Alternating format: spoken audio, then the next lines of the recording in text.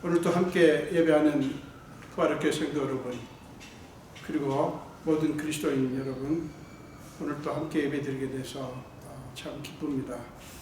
오늘 지금까지 드렸던 어떤 예배보다 신령과 친족으로 예배하는 귀한 시간 됐으면 좋겠습니다. 우리 진솔하게 고백의 기도를 드리면서 예배 시작합니다. 다 같이 기도하겠습니다.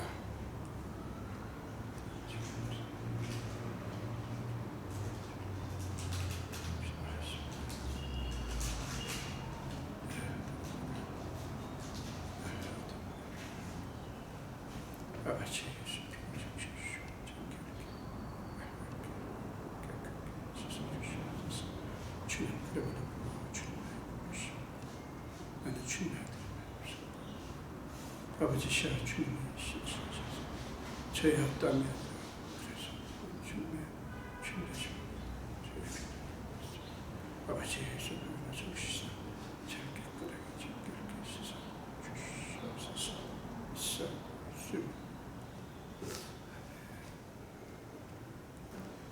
하나님의 용서의 말씀을 들으시기 바랍니다.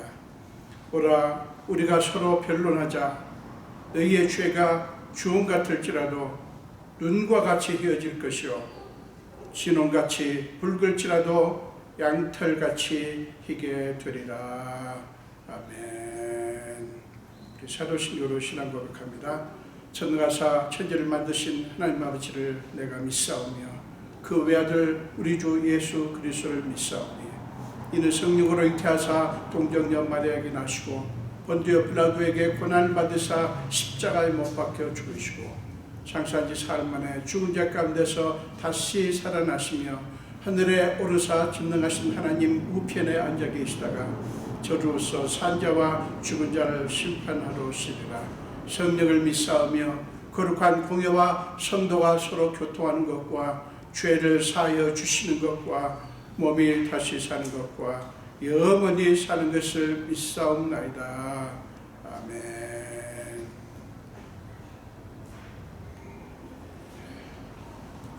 찬송가 새 찬송가 390장이고요. 통일 찬송가 444장입니다. 통일 찬송가 444장, 새 찬송가 390장을 우리 함께 찬양하겠습니다.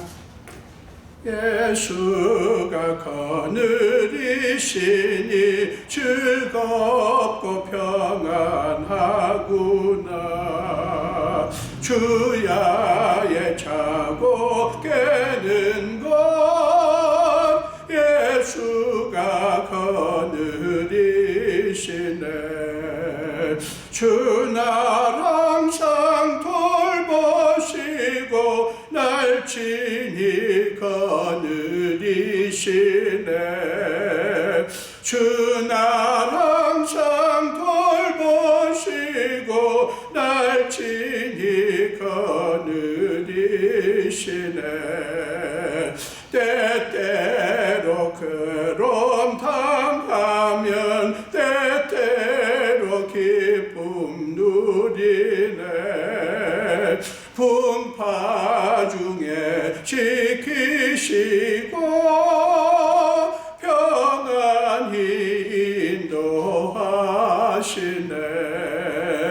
주 날 항상 돌보시고 날 친히 거느리시네. 주 날 항상 돌보시고 날 친히 거느리시네. 내 주의 손을 붙잡고 천국에 올라가겠네. 괴로우나 즐거우나 예수가 거느리시네. 주 날 항상 돌보시고 날 친히 거느리시네. 주 날 항상 돌보시고 날 친히 거느리시네. 거느리시네. 이 세상 이별할 때에 마귀의 권세 이기네. 천국에 가는 그 길도 예수가 거느리시네. 주 날 항상 돌보시고 날 친히 거느리시네. 주 날 항상 돌보시고 날 친히 거느리시네.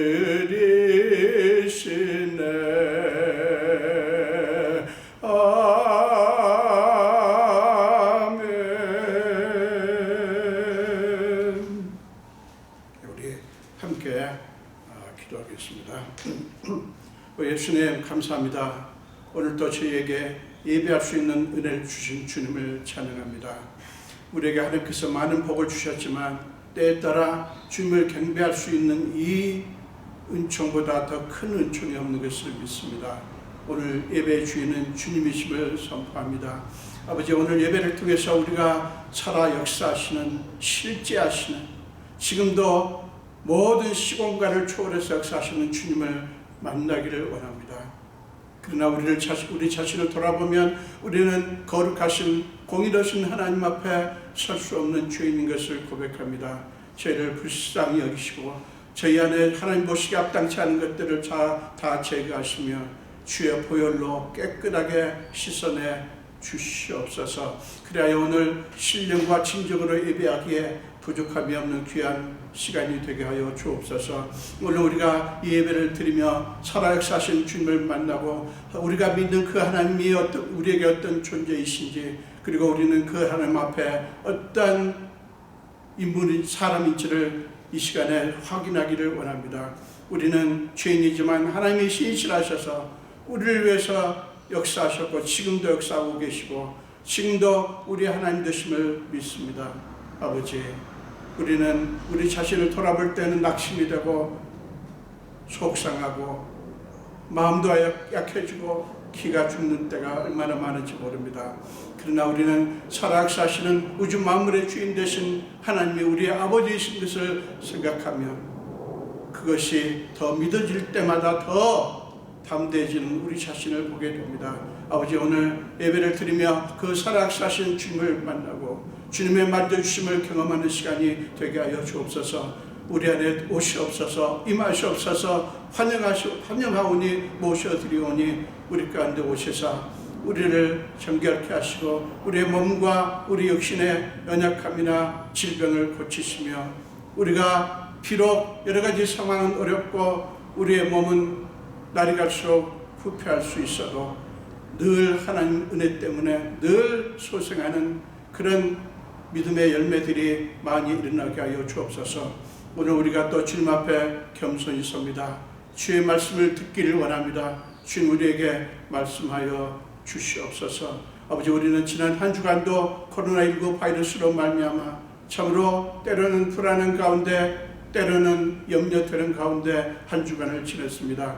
우리가 하는 일이 전과 같지 않고 비즈니스도 그리고 우리가 하는 모든 일 속에서도 많은 장애가 있었고 문제가 있었음을 우리는 압니다. 아버지, 언제 끝날지 끝이 보이지 않는 이 암울한 상황 속에 우리가 있지만 살아 역사하시는 하나님, 모든 것 속에서 역사하시는 하나님을 바라볼 수 있게 해주셔서 너무나 감사합니다.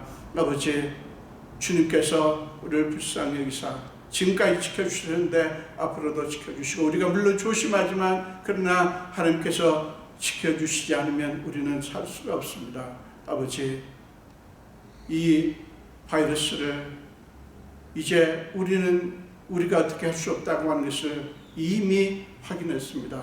권력도 권세도 명예도 어떤 타이틀도 그리고 물질도 눈부신 과학 문명의 발전도 이 바이러스를 멈추게 할 수 없다고 하는 것을 우리는 압니다.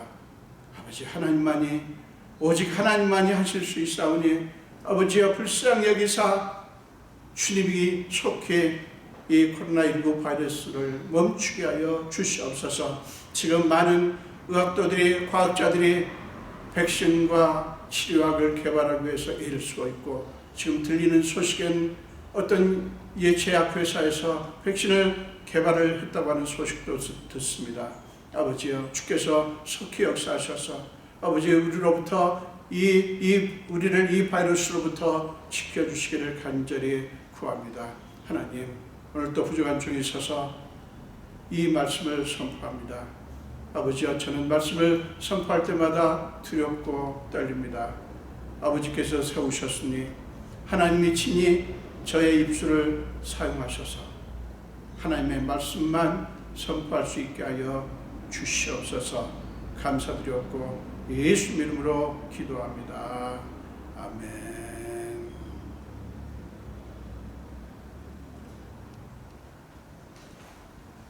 우리 함께 나누실 말씀은 신약성경 누가복음 10장입니다.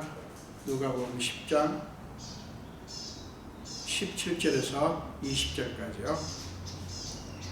누가복음 10장 17절에서 20절까지입니다. 우리 함께 한 목소리로 읽겠습니다. 70인이 기뻐하며 돌아와 이르되 주여, 주의 이름이면 귀신들도 우리에게 항복하더이다. 예수께서 이르시되 사탄이 하늘로부터 번개같이 떨어지는 것을 내가 보았노라.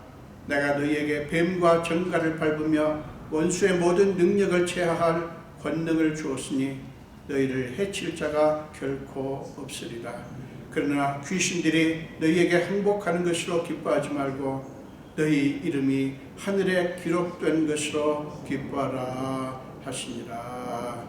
아멘. 제가 잠깐 기도하겠습니다. 예수님, 감사합니다. 저에게 이 말씀을 선포할 수 있는 기회를 주셨으니 저 홀로 두지 마시고 주님께서 친히 임하시고 특별히 저의 입술을 주장하사 하나님의 말씀만 선포할 수 있도록 역사해 주시옵소서.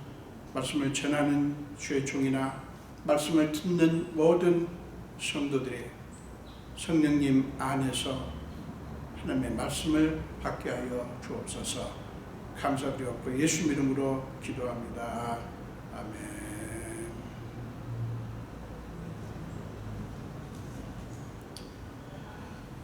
저는 오늘 본문으로 참으로 기뻐해야 할 것, 이런 제목으로 함께 은혜를 나누기를 원합니다. 본문은 기독교 진리의 핵심을 보여주는 매우 귀중한 그런 말씀입니다. 기독교 진리의 핵심이란 우리가 예수를 믿는 것, 신앙생활을 하는 것, 하나님과 교회를 섬기는 것 등등 모든 신앙적인 활동을 하는 데 있어서 결코 놓쳐서도 잊어서도 안 되는 핵심 진리를 가리킨 것입니다. 오늘 본문의 이야기는 매우 단순합니다. 예수님께서 70명을 따로 세우셔서 각 동네와 각 지역으로 보내가지고 하나님 나라를 전파하게 하셨죠. 그리고는 얼마 후에 그들이 돌아와서 예수님께 보고하는 장면이 오늘 본문에 기록된 거예요. 그들은 너무 기뻐하며 이렇게 외칩니다. 주여, 주의 이름이면 귀신들도 우리에게 항복하더이다. 그들은 그야말로 대성공을 거두었습니다. 많은 사람들이 하나님 나라로 돌아왔고 귀신들이 쫓겨나가고 많은 병자들이 그 질병으로부터 자유케 되었어요. 질병이 치유된 것입니다. 그들은 뛸 듯이 기뻐했습니다. 잔뜩 흥분이 된 채 이 보고를 지금 하고 있습니다. 예수님은 그들의 보고에 대해서 다음과 같이 응답하십니다. 사탄이 하늘로부터 번개같이 떨어지는 것을 내가 보았노라. 사탄이 하늘로부터 번개같이 떨어지는 것을 내가 보았다라고 말씀합니다. 그러신 후에 예수님은 핵심 진리를 선포하십니다. 그러나 귀신들이 너희에게 행복하는 것으로 기뻐하지 말고 너희 이름이 하늘에 기록된 것으로 기뻐하라. 지금 70명의 제자들이 지금 하나님 나라를 전파하고 지금 돌아와서 너무 기뻐가지고 흥분이 된 채 보고를 합니다. 그 모습을 보시고 있으면 귀신들이 너희에게 행복하는 것으로 기뻐하지 말고 너희 이름이 하늘에 기록된 것으로 기뻐해라. 그러니까 너희가 정말 반드시 기뻐해야 될 것은 이것이다라고 하는 말씀을 하는 거예요. 그런 의미에서 이것은 하나의 중대한 경고입니다. 이 말씀은 우리가 신앙생활을 하고 복음을 전하고 선교 활동을 하고 교회 이름으로 여러 가지 구제 활동을 하고 여러 가지 형태로 교회를 섬길 때에 결코 잊지 말아야 할 핵심적인 영적인 기준을 우리에게 제시하고 있습니다. 사랑하는 여러분, 여러분은 지금까지 예수를 믿고 신앙생활을 하며 교회를 섬기시면서 아마도 여러 가지 많은 것들을 경험하셨을 것입니다. 오늘 본문의 제자들처럼 결과가 좋아서 뛸 듯이 기쁘고 보람이 느껴지고 신이 나서 더 많이 섬기고 싶을 때도 물론 있었을 것이고요. 반대로 그렇게 열심히 최선을 다해서 이리 뛰고 저리 뛰며 수고를 했는데 그리고 내 물질과 시간을 쪼개 헌신을 했는데 그 결과는 너무 초라할 뿐만 아니라 오히려 전혀 반대 결과가 나오고 게다가 사람들이 수고했다고 격려하기는커녕 엉뚱하게 오해를 하고 왜곡을 하고 비꼬고 손가락질하고 비판을 쏟아내고 그런 경험들 열가정은 한이 없죠? 여러분들이 많이 이미 경험하셨으리라 믿습니다. 여러분 그런 경험을 하면 어떻죠? 물론 깊은 실망과 좌절감에 사로잡히게 되고요.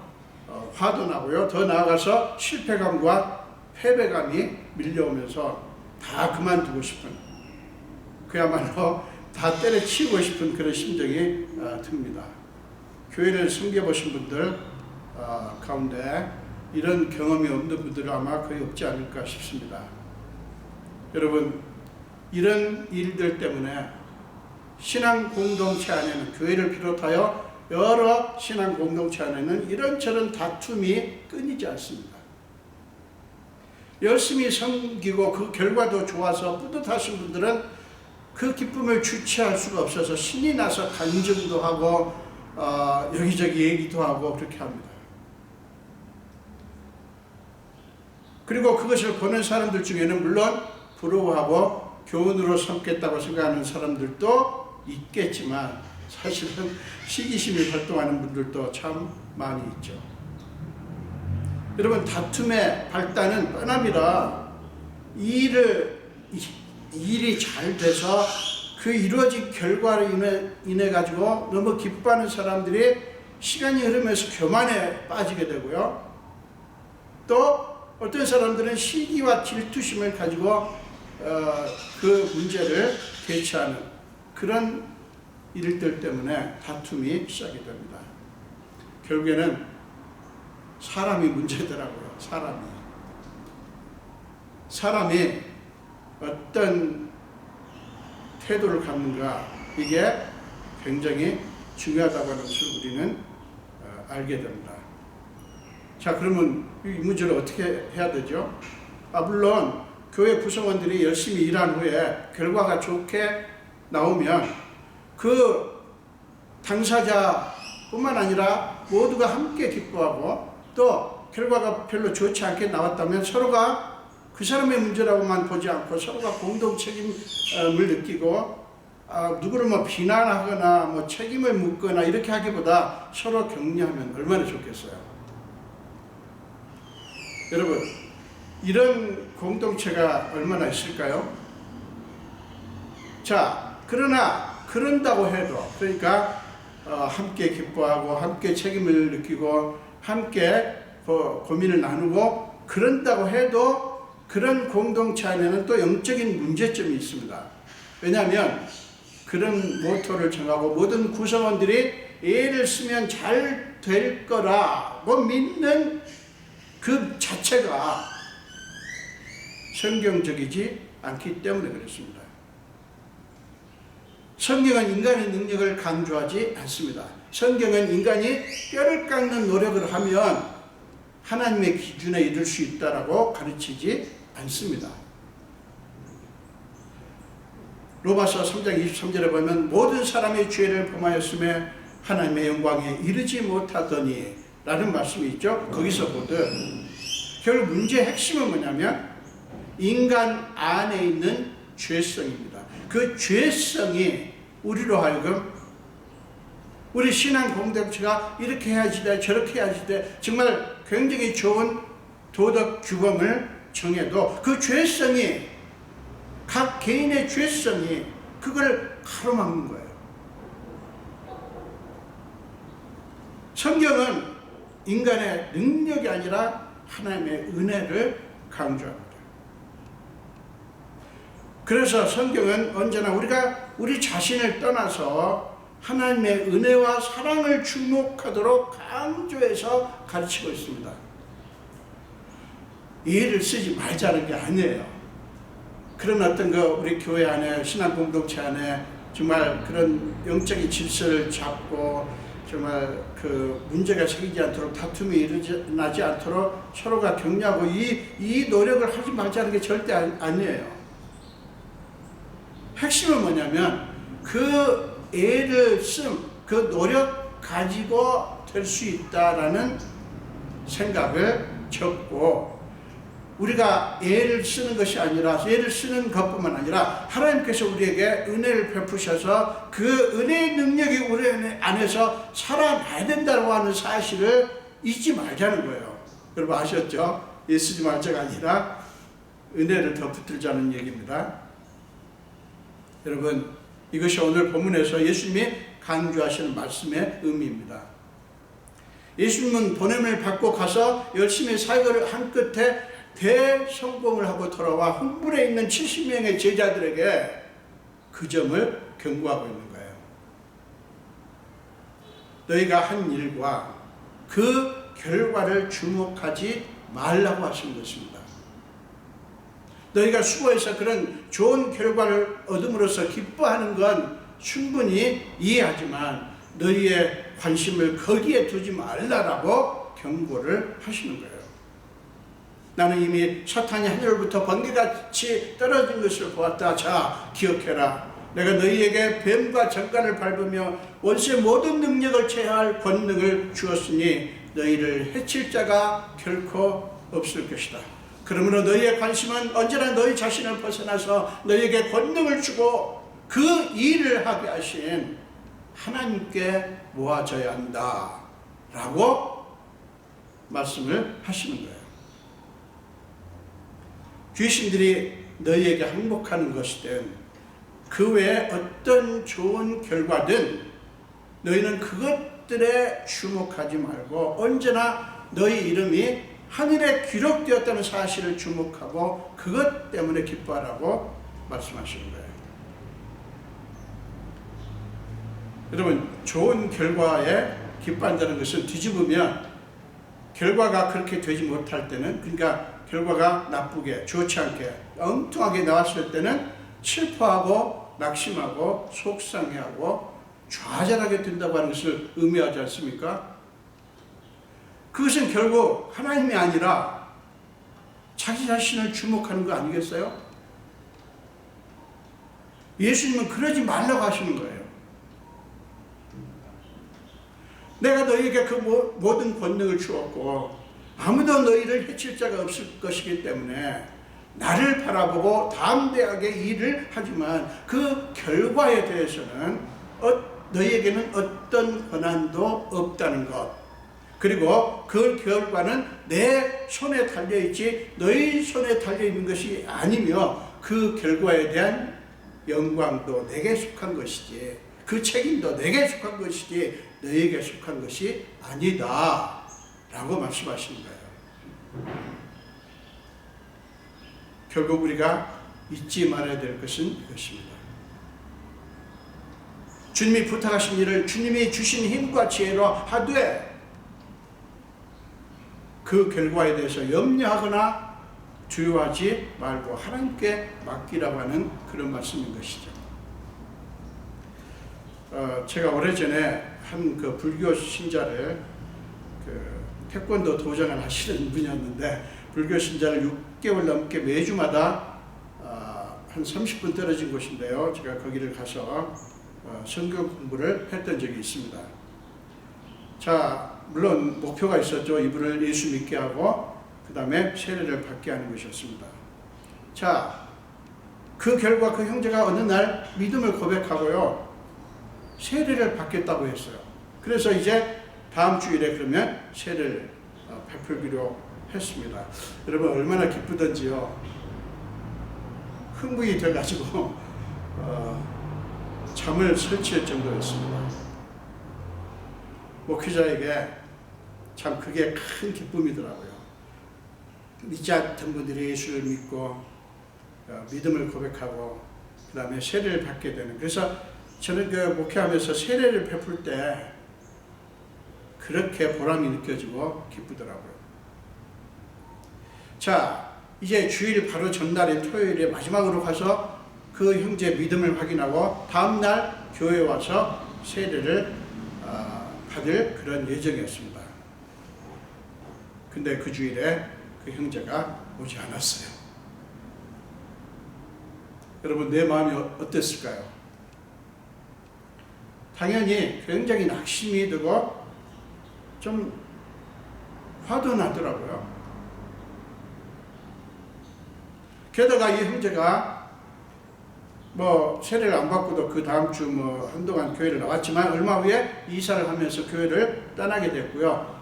한동안 소식이 없다가 4년 정도 지난 어느 날 이 형제가 연락이 왔는데 자기 집에서 가까운 교회에서 감리교를 나간다고 하면서 그 교회에서 세례를 받게 되었다는 그런 소식을 전했습니다.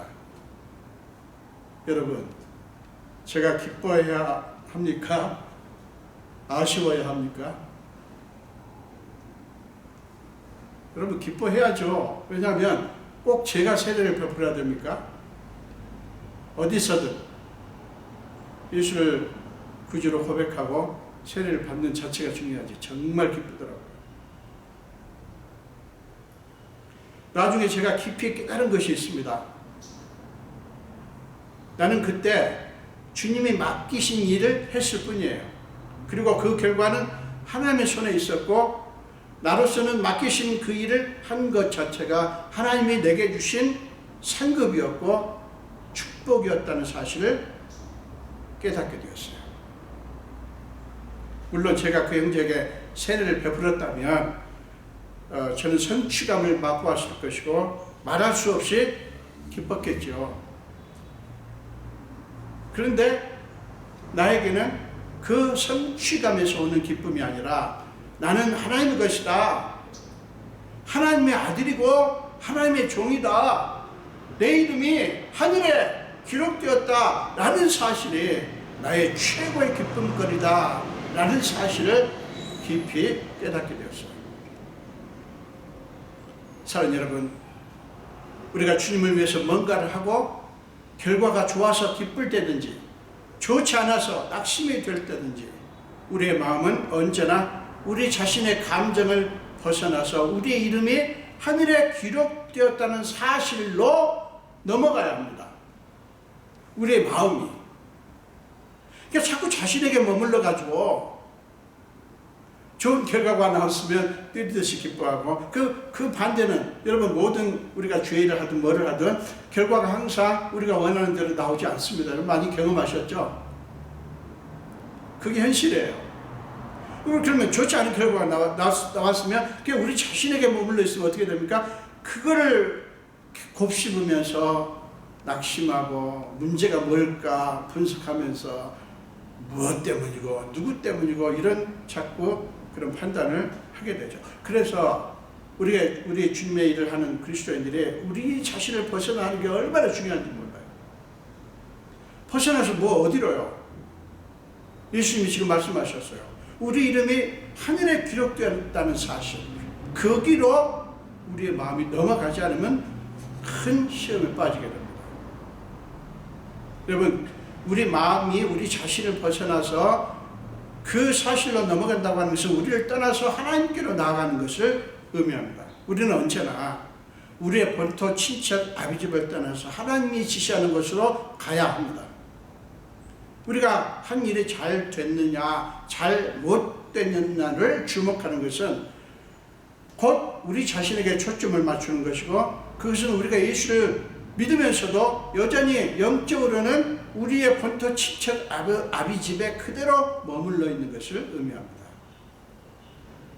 신앙은 언제나 본토 친척 아비집을 떠나서 하나님께로 가는 거예요. 우리가 우리 이름이 하늘에 기록된 사실을 주목한다고 하는 것은 우리가 하나님께 초점을 맞추는 것을 의미하고요, 하나님께로 나아가는 것을 의미해요. 여러분, 우리 이름이 하늘에 기록되는 문제는 우리가 할 수 있는 부분이 아니잖아요. 우리가 열심히 노력해서 무슨 덕을 쌓으면 엄청난 헌신을 하고 봉사를 하고 그러면 하늘에 우리 이름이 기록됩니까? 아니에요. 이것은 절대로 우리가 할 수 있는 부분이 아니라 전적으로 하나님께서 하신 일이기 때문에 그렇습니다. 그래서 성경은 에베소 2장 8절 9절에 보면 너희는 그 은혜에 의하여 믿음으로 말미암아 구원을 받았으니 이것은 너희에게서 난 것이 아니요 하나님의 선물이라. 행위에서 난 것이 아니니 이는 누구든지 자랑하지 못하게 함이라 라고 말씀하신 것입니다. 여러분, 우리가 구원을 받은 것도 그리고 주님을 섬기는 것도 결코 우리에게서 시작된 것이 아니라는 사실을 기억해야 합니다. 그러므로 자랑할 것도 아니고요, 그렇다고 해서 또 나쁜 결과가 나왔다고 해서 낙심할 것도 아니라는 말씀이에요. 다 하나님의 은혜라 하는 것입니다. 자, 요한복음 6장 1절 이하를 보면 예수님께서 소위 오병이어의 기적을 일으키죠. 그러니까 물고기 떡 5개, 물고기 2마리로 엄청난 사람들을 먹이고 12광주리에 남는 그런 기적이죠. 그래가지고 그 기적을 행하셔가지고 많은 사람을 배부르게 먹이셨습니다. 그러자 사람들이 난리가 났어요. 이는 참으로 세상에 오실 그 선지자라 하면서 환호를 합니다. 그것을 본 예수님은 요한복음 6장 15절에 보면 흥미로운 행동을 하십니다. 군중들이 자기를 억지로 붙들어 임금으로 삼려는 줄을 아시고 다시 혼자 산으로 떠나가시니라. 이런 말씀이 나와요. 자, 사람들이 환호하고 난리가 났어요. 근데 예수님은 이 사람들이 자기를 붙들어가지고 지금 임금을 삼으려고 하는구나 라고 생각하고 그들을 떠나서 혼자 산으로 가셨어요. 자, 이 모습을 잘 생각해 보세요. 예수님은 그들에게 손을 흔들면서 그들의 환호를 받아주고 기뻐하신 게 아니에요. 여러분, 그럴 수 있잖아요. 지금 정말 참 선지자가 우리에게 왔다, 정말 이분은 놀랍다라고 막 웅성웅성하면서 막 그냥 박수를 치고 막 환호했을 거 아니에요. 근데 예수님은 그들 향해서 고맙다, 내가 그 환호를 받을 만하지 뭐 하면서 그들에게 손을 흔들고 그렇게 기뻐한 게 아니에요. 그들을 피해서 산으로 가셨습니다. 여러분, 사람들이 이렇게 반응하면 당연한 거 아니겠어요? 이렇게 반응하는 거? 세상에 그 작은 보리떡 5개, 물고기 2마리, 요한복음에서 그것을 어떤 아이가 가진 것으로 이렇게 표현을 하고 있거든요. 그것 가지고 이 엄청난 기적을 일으켰습니다. 그러니 사람들이 그렇게 반응하는 건 당연하죠. 자, 물론 예수님은 그들이 배부르게 먹고 만족해하는 것을 보면서 기쁘셨겠죠.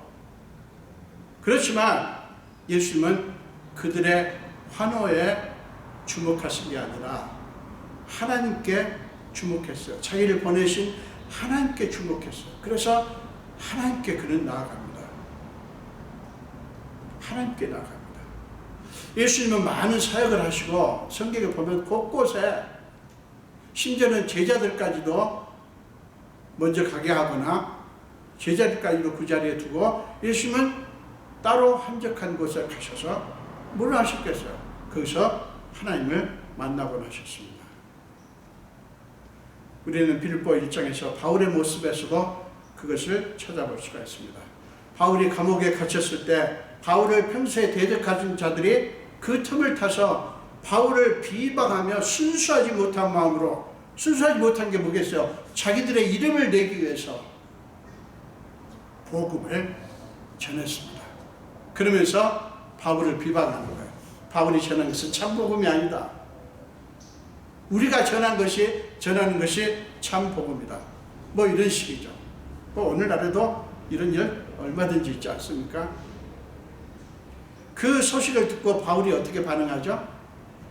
거칠애로 하나 참으로 하나 무슨 방도로 하든지 전파되는 것은 그리스도니 이로써 나는 기뻐하고 또한 기뻐하리라. 빌립보서 1장 18절에서 바울은 고백합니다. 이것이 무엇을 말합니까? 바울은 자기 자신이나 자신의 감정이 아니라 하나님께서 하시는 일을 바라본 거예요. 하나님께 초점을 맞춘 것이죠. 그래서 자기를 대적하는 그들로부터 자유로우실 수가 있었어요. 자기를 비방하고 말도 안 되는 소리를 쏟아내는 자들에게서 자유로울 수가 있었다고요. 바울에게는 그들이 자기에게 어떻게 하는가, 아니 그들뿐만 아니라 다른 사람들이 자기에게 어떻게 하는가 하는 것은 전혀 중요하지 않았어요. 하나님 앞에서 자신이 누구인가, 하나님 앞에서 내가 누구인가, 이것이 중요했다고요. 그것에만 관심을 둔 거예요. 그것만 기뻐한 거예요. 바울은 지금 감옥에 있습니다. 외로움과 게다가 이런저런 비난과 공격이 그에게 있었지만 그는 그것을 주목하지 않았다고요. 오직 자기가 하나님의 것이고 자기가 어떻게 되든지 상관없이 자기 이름이 하늘에 기록되었다는 사실을 믿고 그것만 주목했기 때문에 바울은 자기 자신도 극복할 수 있었습니다. 여러분, 나 자신을 벗어나서 끊임없이 하나님께 나아가는 것. 나는 간 곳 없고 예수만 보이는 것. 나 자신을 벗어나서 끊임없이 우리의 생각이, 우리의 마음이 하나님께 나아가는 것. 그래서 우리 안에 하나님이 가득하게 되는 것. 이게 진실로 예수를 믿는 것입니다. 여러분, 물론 우리가 하는 일에 성공을 하면 기쁘고 잘 안 되고 실패하면 낙심이 되는 건 인지상정입니다. 그러나 우리가 그것을 우리의 불행의 근거로 삼는다면 우리 삶은 한시도 고요할 날이 없을 거예요. 계속 흔들릴 것입니다. 하나님은 우리가 그렇게 살기를 바라지 않습니다. 바울은 데살로니가전서 5장 16절에서 항상 기뻐하라, 쉬지 말고 기도하라, 범사에 감사하라고 말씀하셨습니다. 자, 이 말씀의 의미를 잘 보세요. 굉장히 중요합니다. 이 말씀은 우리의 인간적인 조건이 아니라 하나님께서 우리를 위해서 이미 이루신 일들, 하나님이 우리를 구원하시기 위해서 어떤 값을 지불하셨는가 하는 이 사실을 기억하라고 하는 말씀이에요. 그것에 몰입하면 우리 안에는 하나님께서 부어주시는 하나님의 기쁨이 넘치게 됩니다. 그러니까 이 말은 뭐냐면, 이 말씀은 단순히, 그러니까 항상 기뻐하라, 쉬지 말고 기도하라, 범사에 감사하라, 이 말씀을 우리는 자꾸 이걸 지켜야 돼. 그래, 기뻐해야 돼. 맞아, 쉬지 말고 기도해야 돼. 범사에 감사해야지 돼. 왜 이게 잘 안 되지? 하면서 우리가 마음이 어려울 때가 많죠. 단순히 지키라고 하는 명령이 아니라 이걸 명령으로만 보지 마시라고요. 그게 아니라 우리는 그렇게 살아야 되는 우리 그런 정체성을 가진 사람들이다 라고 하는 것을 보여주는 거예요. 우리는 하나님의 아들이고 딸들이기 때문에 항상 기뻐하는 것, 늘 기도하는 것, 모든 일에 감사하는 것이 우리예요. 우리가 그런 삶을 살 수 있는 존재라고요. 우리 힘으로요? 아니요. 하나님의 은혜로. 그러니까 우리의 정체성에 대해서 얘기를 하는 거예요. 그 차이를 여러분 아시겠습니까? 사랑 여러분, 이 사실을 잊지 마십시오. 우리 주님은 환히 아십니다. 이 세상 것에는 참 기쁨과 자유와 평안과 쉼이 없다는 것을. 그래서 예수님은 지금도 애타게 부르십니다. 수고하고 무거운 짐진 자들아 다 내게로 오라. 내가 너희를 쉬게 하리라. 이렇게 우리를 부르신다고요. 사랑하는 여러분, 우리가 주님을 더 잘 믿기 위해 애를 쓰는 것 귀합니다. 주님을 더 잘 섬기려고 더 애를 쓰는 것도 너무너무 귀합니다. 열심으로 하나님의 교회를 위해 헌신하는 것도 귀합니다. 때를 얻든지 못 얻든지 복음을 전하고 선교하고 구제하고 물질을 드리고 몸으로 이리 뛰고 저리 뛰는 것도 다 귀합니다. 그런데 여러분, 이거 하나만은 꼭 기억하시기를 바랍니다. 다 귀합니다. 그러나 이거 하나만 잊지 마시라고요. 그게 뭐냐면, 그렇게 해야 하나님이 나를 더 사랑해 주시고 더 은혜를 부어 주시고 더 축복해 주실 것이다 라는 그런 생각을 하지 마시라고요. 그러니까 그렇게 열심히 하되 그것을 하나님의 사랑과 은혜와 축복을 더 받아내기 위한 하나의 거래처럼 하지 마시란 말이에요. 우리 하나님은 우리가 무엇을 어떻게 하는가 하는 것을 보신 다음에 점수를 매기고 그 점수에 따라서 더 사랑할 사람, 더 은혜를 베풀 사람, 더 축복을 할 사람, 혹은 조금 더 중간 단계로 할 사람, 혹은 30%만 할 사람, 이런 식으로 하시는 분이 아니라는 사실이에요. 여러분, 하나님을 제발 그렇게 취급하지 마십시오. 우리는 거지나 고아가 아니라 하나님의 아들이고 딸들입니다. 하나님이 우리를 사랑하시는 것은 우리가 그분을 위해서 하는 여러 가지 일들 때문이 아니에요. 이렇게 말하면 또 그러면 일할 필요가 없겠네요. 아, 일을 안 해야지. 그러나 뜻도 아닙니다, 여러분. 이게 이제 우리 그리스도인들이 이 부분에서 너무 오해가 많아요. 그래서 제가 오늘 이 기독교의 핵심이라고 말씀하면서 제가 이 부분을 정말 강조하고 싶었어요. 하나님이 우리를 사랑하신 것은 우리가 하는 일 때문이 아니라는 사실이에요. 하나님이 먼저 우리를 사랑하셔서 독생자를 보내셨고요. 예수님이 자기 생명을 우리를 위한 값으로 이미 다 지불하셨어요. 그렇기 때문에 우리가 하는 일을 보면서 점수를 매겨서 뭐 더 혹은 덜 사랑하고 은혜 베풀고 복을 주시고 이게 아니에요.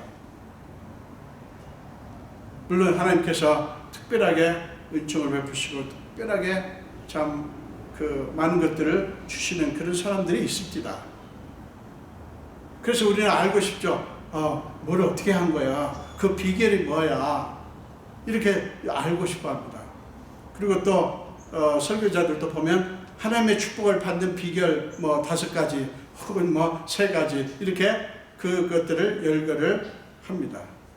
들으면 이렇게만 하면 이렇게만 하면 우리가 하나님의 복을 받겠구나 생각하고 그렇게 하려고 노력하죠. 자, 잘 보세요. 그것을 하나님의 축복을 받는 비결에 대해서 아는 거야. 뭐 좋았으면 좋았지 나쁠 이유가 없죠. 그러나 이제 문제는 거기서부터 출발하는 거예요. 아, 우리가 이렇게 하면, 이 세 가지를 하면, 이 다섯 가지를 내가 다 완수하면, 혹은 몇 가지를 완수하면 하나님께서 이제 복을 주시겠구나. 이렇게 생각하는 그 생각이 문제라는 거예요. 왜요? 왜 문제인지 아세요? 그 안에 가장 중요한 게 없어요. 하나님께서 우리를 어떻게 사랑하십니까? 그러니까 하나님께서 우리에게 찾아오시고 우리를 선택하시고 우리에게 은혜를 베푸신 것이 마치 우리가 그 전에 하나님을 위해서 하나님의 마음을 감동시킬 만한 어떤 일을 했기 때문에 그런 거 아니냐 이렇게 생각하는 거야. 여러분, 그게 복음이 아니에요. 복음은 우리가 하나님을 사랑하는 것이 아니라 하나님이 먼저 우리를 사랑했다예요. 이게 복음의 핵심이에요. 오늘 말씀이 그걸 얘기하는 거예요. 지금 70명의 제자들은 자기들이 나가서 막 하나님 나라를 전했어요. 예수님의 이름으로 귀신들을 쫓아내고 질병들을 쫓아냈어요. 난리가 난 거예요. 막 하는 일마다 잘 됩니다. 그러니까 어떻게 됐어요? 자기들이 한 일, 물론 예수님의 이름이면, 주의 이름이면 귀신들이 쫓겨납니다, 항복합니다 얘기를 했죠. 그러나 그들이 주목하는 것은 자기들이 이렇게 했더니 이런 결과가 나왔다 하는 거거든요. 그게 너무 기쁜 거야. 그러면서 자꾸 어디로 갑니까? 내가 이렇게 했더니, 우리가 이것을 했더니, 저것을 했더니 이런 일이 일어났다. 자꾸 무엇을 했더니 이렇게 됩니다. 여러분, 물론 여러분 입장에서, 우리 그리스도인들 입장에서 누군가가 복을 받는 비결 또는 은혜 받는 비결 이런 것들을 딱딱 해주면 속은 시원하죠. 그런데 여러분, 우리가 무엇을 해서 그 한 것에 따라서 하나님께서 역사하신다? 여러분, 이거는 그럴듯하지만 성경은 그렇게 가르치지 않는다는 사실이에요. 사랑하는 여러분, 하나님이 먼저 우리를 사랑하셔서 독생자를 보내셨어요. 그리고 우리가 무엇을 다 하기도 전에 우리가 죄를 고백하고 내가 죄인입니다, 나는 이 죄 때문에 죽겠습니다, 하나님 이 죄를 구원하실 분은, 이 죄를 대속해 주실 분은 하나님밖에 없습니다, 이렇게 한 게 아니에요. 하나님께서 우리의 상태를 보시고 너무 불쌍히 여기셔서 그것을 이루시기 위해서, 그러니까 대속하시고 우리를 하나님의 자녀다움, 원래 하나님께서 정말 하나님의 그 형상을 부어서 우리를 지으셨잖아요. 죄로 말미암아 잃어버렸을 뿐이지 하나님은 그것을 찾아주기 위해서 지금도 그렇게 애를 쓰시는 거예요. 그래서 독생자를 보내시고 자기 생명을 우리를 위한 값으로 지불하셨다고요. 자, 보세요. 그러니 우리가 돈을 지불하고 혹은 어떤 일을 해서 하나님의 사랑을, 하나님의 은혜를 사려고 하면 되겠어요? 그냥 받으면 되지. 그걸 우리가 살 수 있다고요? 여러분, 하나님의 사랑과 하나님의 은혜를 우리가 값을 치르고 살 수 있습니까? 절대 그렇지 않습니다. 살 수 없어요. 은혜로 주시는 것을 그냥 받으면 돼요. 그렇게 하는 것, 하나님께서 은혜로 주시는 것, 은혜로 베푸시는 것을 그냥 받는 것, 그게 믿음이에요. 사랑하는 여러분, 꼭 기억하십시오. 제가 자꾸만 여러 번 이것을 인용합니다만은 또 해야 되겠어요. 우리가 아직 연약할 때, 우리가 아직 죄인 되었을 때, 우리가 하나님과 원수 되었을 때에 하나님이 먼저 우리를 위해서 죽으셨다는 사실을, 여러분 이것을 항상 기억하시길 바랍니다. 이걸 기억하지 않으면 자꾸 우리가 나와요. 우리 자아가 자꾸 되살아납니다. 우리가 이런 엄청난 은혜를 받았으니 우리 감사하고 기뻐하자고요. 계속해서 그분을 찬양하자고요. 우리 자신의 연약함이나 실패나 무자격한 그런 모습이 아니라 하나님께서 우리를 위해서 하신 일을 주목하시자고요. 그리고 그 에너지로 그렇게 주목할 때, 감사하고 기뻐할 때, 그분을 찬양할 때 거기서 하나님이 주시는 힘이 있습니다. 내가 너에게 뱀과 정갈을 밟으며 모든 원수를 제어할 권능을 주었다라고 말씀하잖아요. 우리가 애써서 얻은 권능이 아니라 하나님께서 우리에게 부어주시는 거예요. 어떤 사람에게 부어주십니까? 그 하나님의 은혜를 사마리 사람에게 부어주셔요. 그것이 우리가 붙잡아야 될 에너지라고요. 능력이라고요. 그 에너지로 하나님을 섬기는 거예요. 일하지 말라는 게 아니에요. 하나님의 교회를 섬기자고요. 전도도 하고 선교도 하고 모든 것을 하자고요. 근데 그 하나님으로부터 부어지는 그 힘, 그 권능, 이게 빠지면 우리는 피곤에 지칩니다. 피곤에 지쳐요. 나가 떨어집니다. 해봤자 아무 소용없다라고 말합니다.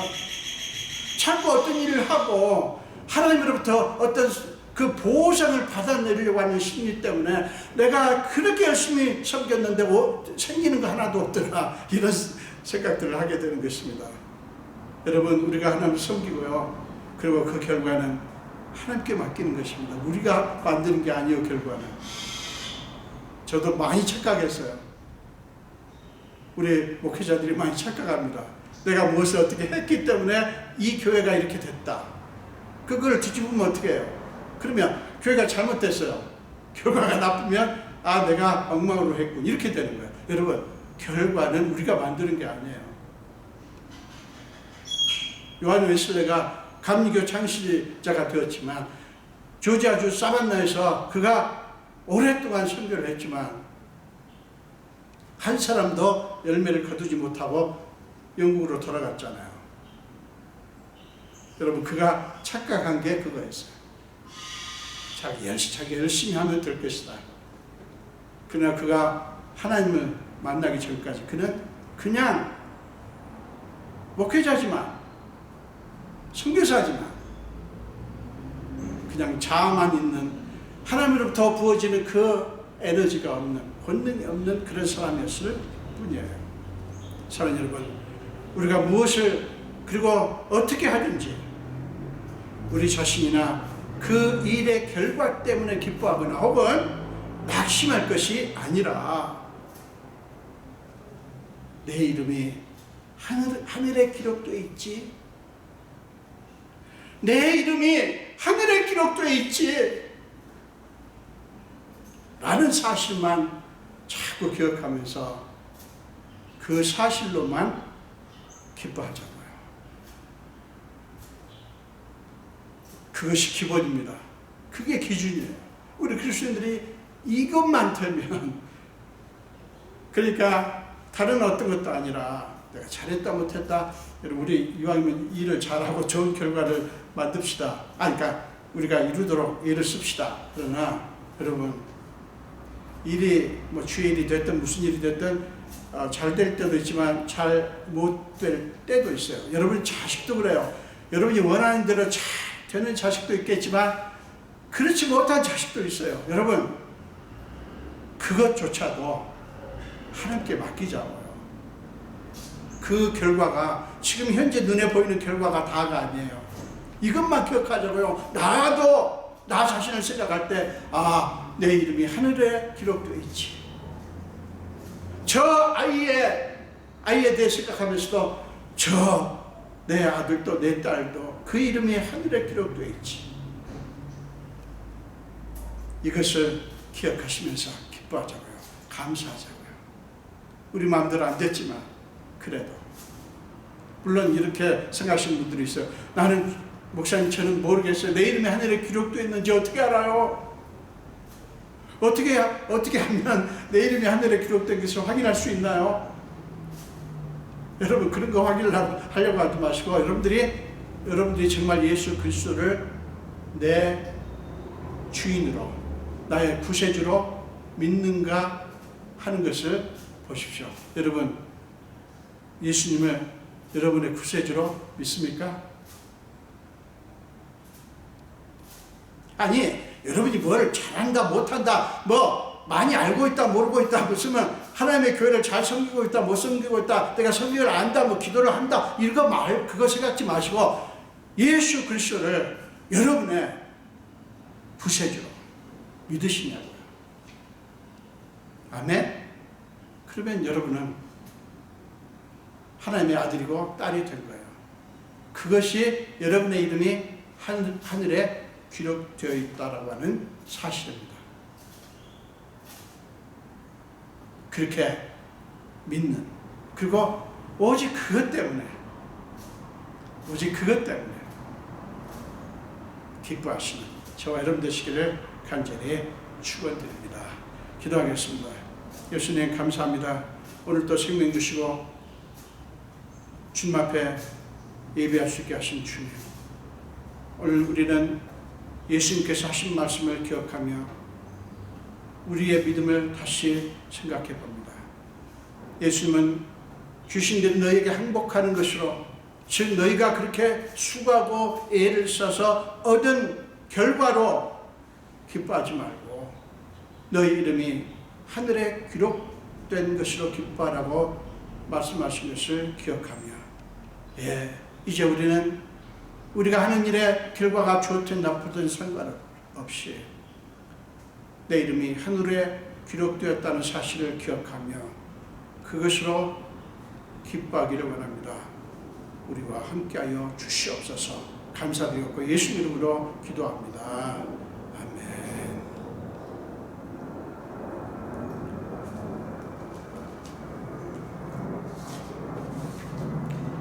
우리 사사도 50장, 통일찬송 71장을 찬양하시면서 헌금하겠습니다.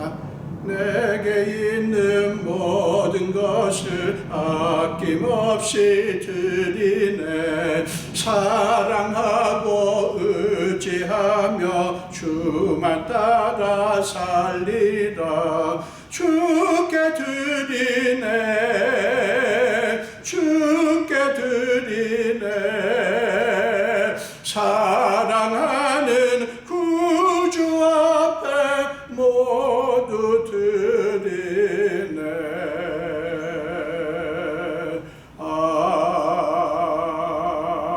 아멘. 기도하겠습니다. 예수님 감사합니다. 오늘도 주님이 사랑하는 주님의 자녀들이 주님 앞에 귀한 예물을 드립니다.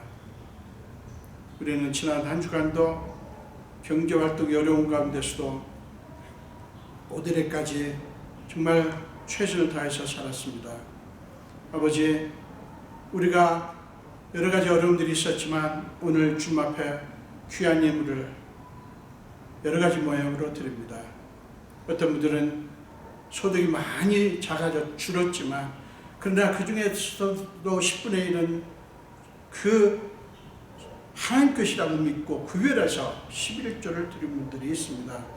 아버지여, 저들의 마음과 저들의 속사정과 그리고 깊은 마음의 소원을 아시는 주님, 한물 여시사 넘치게 축복해 주시고, 특별히 말라기 3장 10절에서 하나님이 친히 하신 약속대로 저들의 삶의 창고가 넘치게 하여 주옵소서. 감사드리고 축복하며 예수 이름으로 기도합니다.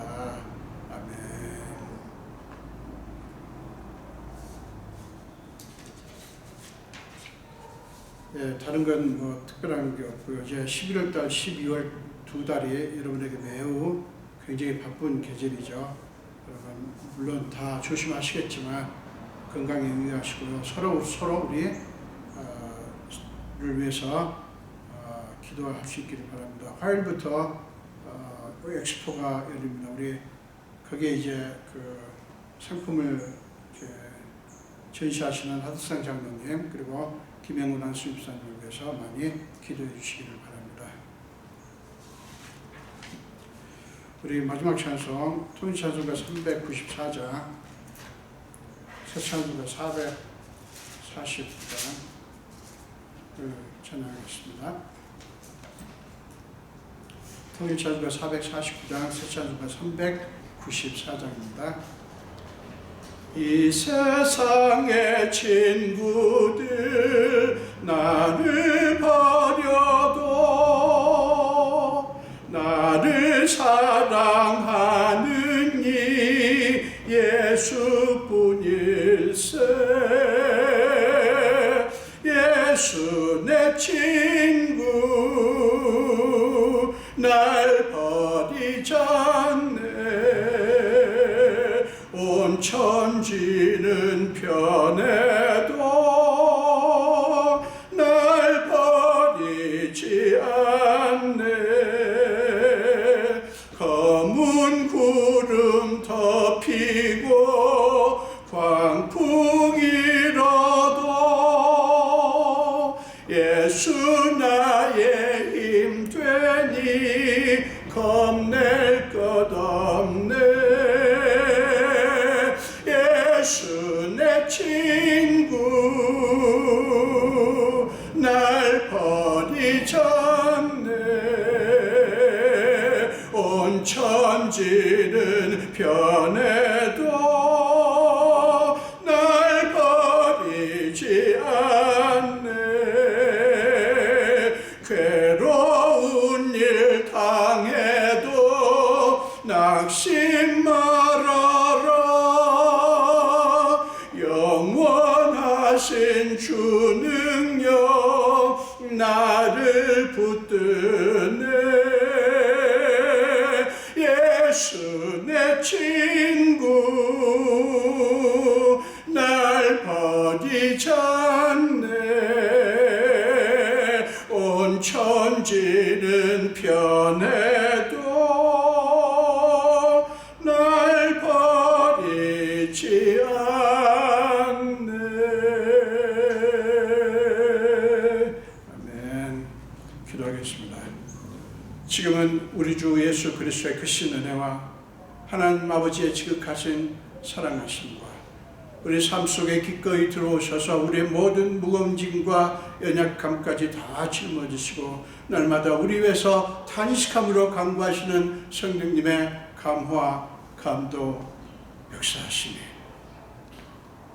오늘 예배를 드리며 특별히 말씀을 듣고 우리 자신도 아니고 우리가 한 일도 아니라 오직 우리의 이름이 하늘에 기록된 것으로 기뻐하며 그것만 주목하며 그것을 바라보기로 작정하는 우리 성도들 머리 위와 우리 온 교회 위에 지금부터 영원토록 함께 하시기를 간절히 축원합니다. 아멘.